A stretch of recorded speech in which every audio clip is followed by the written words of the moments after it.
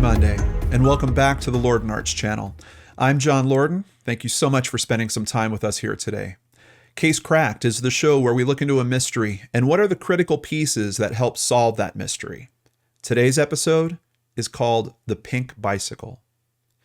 Many of us have a love of bicycle riding, and for some of us, it was even more intense as a child. The feeling of freedom, speed, and adventure stands out as a warm memory for me, riding around on my 1980s red Kent BMX bicycle. 8-year-old Vicki Lynn Hoskinson of Flowing Wells, an area northwest of Tucson, knew those joys as well and loved to ride her pink bicycle.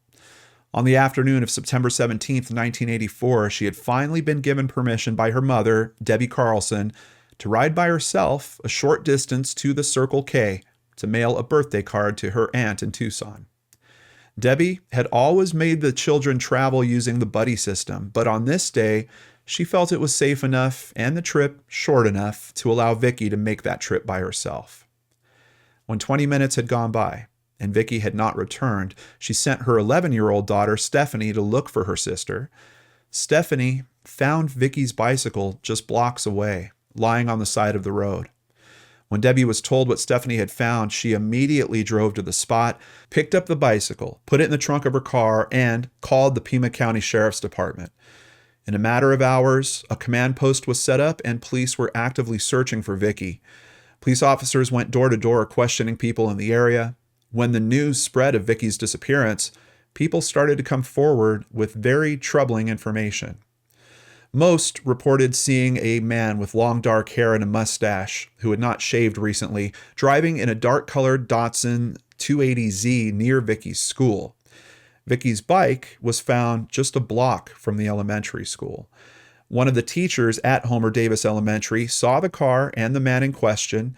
He backed into a telephone pole while making strange gestures and acting upset, seeming like he was having trouble shifting gears. The teacher even wrote down his California license plate number. One girl in the area said that she had seen the car and the man, and as he drove past her house, he made an obscene gesture at her. 2 teenage boys who were riding their bikes away from the Circle K reported that they saw Vicki as she rode in the opposite direction. They also saw a dark-colored Datsun 280Z driving slowly nearby. Others saw the man talking to Vicki as she rode home, and later, she was seen in his car. Vicki's family did all they could to raise awareness of her disappearance. While town members wore yellow ribbons in honor of Vicki, her family appeared on Good Morning America and World News Tonight. They buried a time capsule at her school in her name and planted an arbor tree for her as well. When investigators ran the license plate number, they found that it was registered to a man named Frank Jarvis Atwood. As they looked into his past, what they found was truly unsettling. Atwood was a 28-year-old convicted sex offender who came from California and lived off his parents. In 1974, he was convicted for lewd conduct with a 14-year-old girl. In 1981, he was convicted of kidnapping and sexually assaulting an 8-year-old boy. Court records say that Atwood stopped his motorcycle and asked the boy for directions. While the boy was distracted, Atwood knocked the child off his bicycle and abducted him. When investigators from the FBI called Atwood's parents on September 20th and asked about his whereabouts, they were told that he and a friend named Jack McDonald were in nearby Kerrville, Texas. The two men had left Tucson on Interstate 10 the night of the murder, headed for New Orleans, but when they made it to Kerrville, the Datsun broke down. They were currently stuck at a dealership having it fixed. A short time later, Atwood and McDonald were arrested at that dealership. The Datsun was searched and then shipped to San Antonio to be searched again. When the men were questioned after their arrest, Atwood claimed that he had hung around De Anza Park until about noon. He and McDonald had a disagreement, so he said he left to find other friends before he returned to the park between 4 and 5 p.m.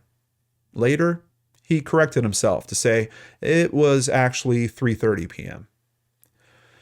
McDonald stated that when Atwood returned, he had, quote, blood on his hands and cactus needles on his pants. He told McDonald and the group of friends who had gathered that a drug deal had gone south and he had stabbed a man in the ensuing fight. Afterward, he and McDonald visited another friend before going to play pool. Both men claimed to have no knowledge of the murder, but McDonald told them that when the car broke down, Atwood had called his parents for help. During that conversation, he was heard telling them, "Even if I did do it, you have to help me." With no body or physical evidence to show a homicide had occurred, Atwood was charged with suspicion of kidnapping. McDonald would not be charged, but agreed to testify against Atwood in court. Investigators in San Antonio pored over every inch of the Datsun, but could find no hair or blood evidence that matched Vicky. What they did find was paint. On the front bumper of the Datsun, they found traces of a very distinct color of pink paint. It matched perfectly with Vicky's bicycle. Damage to the gravel pan underneath the car matched damage done to one of the pedals on the bicycle as well. When the bike was examined for matching damage, they not only found it, but found small traces of nickel from the bumper of Atwood's car. Police now believed that Atwood had pulled a page from his own book by hitting Vicky with his car while she rode home. On September 28th, 2,000 angry residents, with Vicky's parents in the lead, held a protest near the Tucson Mall. From that protest, they formed a group called We the People, whose members strove for tougher laws for criminals in sexual assault children's cases. Tragically, 7 months after her disappearance, on April 12, 1985, a man walking west of Interstate 10 found a small human skull. When investigators arrived, they found more remains but were unable to identify them. On the 15th, teeth were checked with dental records, and the remains showed to be that of Vicky Lynn Hoskinson. No cause of death could be determined. The next day, Atwood was indicted on a charge of first-degree murder, along with his kidnapping charge. Days later, the family was finally able to lay Vicky to rest. On a cloudy day, more than 500 people attended Vicky's funeral and mourned with her family. Atwood's trial wouldn't begin until January of 1987. Vicky's parents, along with other witnesses, were forced to sit outside the courtroom while the prosecution presented evidence because they were all witnesses. This did not sit well with them, and so 3 years later, We the People helped to pass the Victims' Bill of Rights in Arizona. Victims are now guaranteed a seat in all proceedings and have the right to speak at bail setting hearings, change of plea hearings, and sentencings.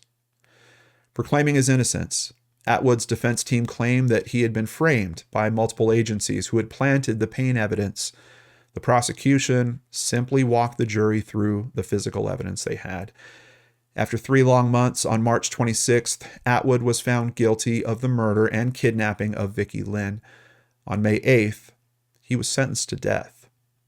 Today, 37 years later, Atwood still sits on death row and has been there longer than any other inmate in Arizona. He has always proclaimed his innocence, but has now used up all of his appeals. The fact that he has spent this amount of time there without being executed does not sit well with Vicky's mother, Debbie.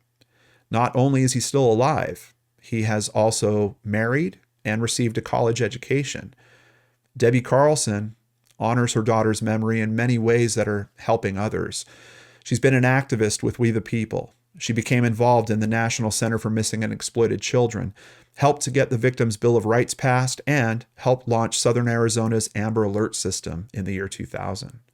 Quote, "I made a vow that Atwood was not going to destroy our lives, and we've succeeded." I'd like people to realize as they read this story that no matter what happens to them in their life, they can survive.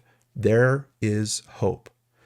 It's not been easy, but we made it, and they can too. Even with what she has accomplished, the loss of her daughter still weighs heavily on her heart. I miss her voice. It's one of the hardest things is remembering the voice. Would she have been a famous athlete? Because she was very athletic. She was also so kind and caring, so you wonder, would she have been a doctor? I would see her wanting to help people and make a difference in her community. That's just who she was. Case cracked. I would like to thank Tucson.com, KGUN9.com, findagrave.com, newspapers.com, Tucson Weekly, and docs.justia.com. Of course, the biggest thank you goes to Christy Arnhart for researching and writing up today's case, and here she is to discuss it with us now. Christy, I always appreciate when we look at these terrible situations like this and someone finds strength in that to affect their community, their state, so much positive things. But it's still heartbreaking when you're talking about losing your daughter. Like Oh, yes. But a big question I have is, how is this guy saying he's innocent? What's going on with this? Well, there's a lot more to this than should be, I think. Okay. According to Tucson.com, his attorney has photos that he believes prove law enforcement officials removed Atwood's bumper in Texas, brought it to Tucson, applied pink paint from Vicky's bike to it, and flew it back to Texas within days of Atwood's arrest. Now, I looked at the website. I looked at the photos. And there's something halfway interesting in terms of what they're saying, but there's a part of that story that just makes no sense. There's this part of the bumper, this like cowling that is, I don't know if it's rubber or plastic, but it's part of the bumper that isn't metal, and it's meant to kind of go under the face of the car. And for some reason, in one of the photos, you can see that it's placed properly. And in another photo, you can see that the cowling is not in its proper place anymore. It looks pretty obvious that the bumper was taken off. But there was a forensic investigation done on that bumper. Like, would it have been taken off as part of that? I would think so. And how do you extend that out to this whole story of the bumper being transported? Like, I mean, you don't have to get the paint. Like, how does it help to get the bumper to where the bike is? I guess unless you're going to try to do the paint transfer manually, like smacking the bumper against the bike or something like that. I just, which I guess for his theory you would have to believe in, because they also had transfer of chrome from his bumper onto the bike. In terms of setting people up, man, that's elaborate. Like, that is just way, it would be so much simpler for them to just fake an expert and to not risk all that exposure by someone that they literally go buy some pink paint, put it on there, and they just, have some expert. If you believe in conspiracies like this and people doing that kind of thing, there's a way easier method than we're taking the bumper off, we're transporting it, we're doing this swap and then bringing it back to reapply it. I don't know. It's really, really tough. And also, it personally, looking through his website was a little troubling for me, because he's kind of building up his past experiences to justify almost him being capable of doing something like this. It's almost like you can look at that website in one way, like he's kind of justifying that, well, of course I would have done something like this. I was abused as a kid and I went through this and I went through that. And he kind of admits to his previous crimes in it as well. It's really, I don't know. It's a strange thing. It is. So tell us more. I know I'm getting fired up on it, but I know. And it's easy too. Out of all of the cases that we've covered through the years, and conspiracies happen, but how often do we see something of this magnitude happening to someone that nobody knows? It's just so much easier. That's, the powers that be have easier mechanisms than what he's suggesting. I have to believe, but yeah. Well, he seems to have all his bases covered here. His defense also has experts who believe original photos of the bumper taken in Texas, along with their negatives, were destroyed and the photos were replaced with new ones taken after the paint was applied. So they had to find a reason for the original photos to have shown that damage in there. Okay. And what else? They also say that in recent years, photos of the bumper have surfaced that show Vicky's bike in the reflection, when all official accounts say the bumper and the bike were in separate states. Like a bike in the reflection? Come on. Like that. Yeah. We're getting close to seeing Richard Ramirez as a ghost in an elevator when it comes to that. That's wow. Yeah. Well, if you guys want to look for yourself, you can see Atwood's side of the story over at the Frank Atwood's atwoodstory.gr. So we did mention he's been married and he's been doing some college work. Do we happen to know what he's been studying? Oh, yes. Comparative religion. He has a Okay. degree. He has earned a degree in comparative religion. And I didn't know what that was. According to Wikipedia, the comparative study of religion yields a deeper understanding of the fundamental philosophical concerns of a religion, such as ethics, metaphysics, and the nature and forms of salvation. Studying such material facilitates a broadened and more sophisticated understanding of human beliefs and practices regarding the sacred, spiritual, and divine. It's interesting because someone being on death row, like I could kind of see them being obsessed by that and driving into that as a topic. But someone that is trying to prove innocence due to some vast conspiracy or something, like, I don't know. Personally, I would be looking more at like law or criminal justice. I would have been too. But, you know, I imagine it's being on death row is probably terrifying. It's probably all encompassing. It's probably just such a big part of your awareness and your focus from a day-to-day basis that I guess it makes sense. But another thing that's pretty interesting, I think most religions really support telling the truth and being responsible for your actions. Yeah, they do. So, yeah, kind of interesting. Now, I know a lot of viewers out there, a lot of people all around the world are conflicted about the death penalty. There's arguments on both sides. There's people at the vast extremes and every point in between. But it seems that Debbie Carlson is not one of those people. She's waiting for over 30 years. He's out of appeals at this point. Where does it go from here? Is there any movement on this? Well, this past April, paperwork was filed to conduct 2 executions in Arizona, and they were the first executions in 7 years, and Atwood is one of those. It could happen before the end of the year. Wow.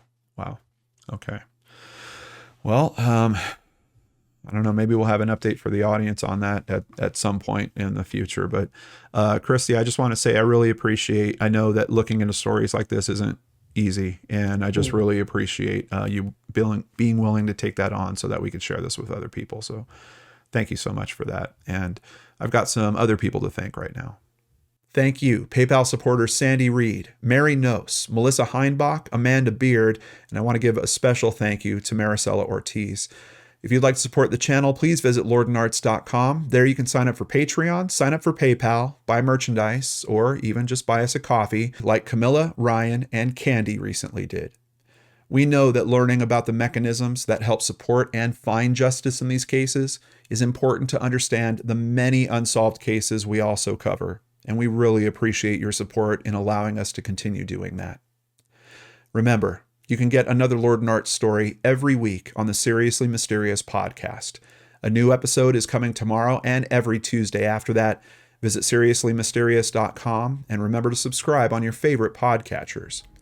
While you're here, don't forget to subscribe and hit that bell icon below if you want to catch one of our weekly Secret Studio live shows.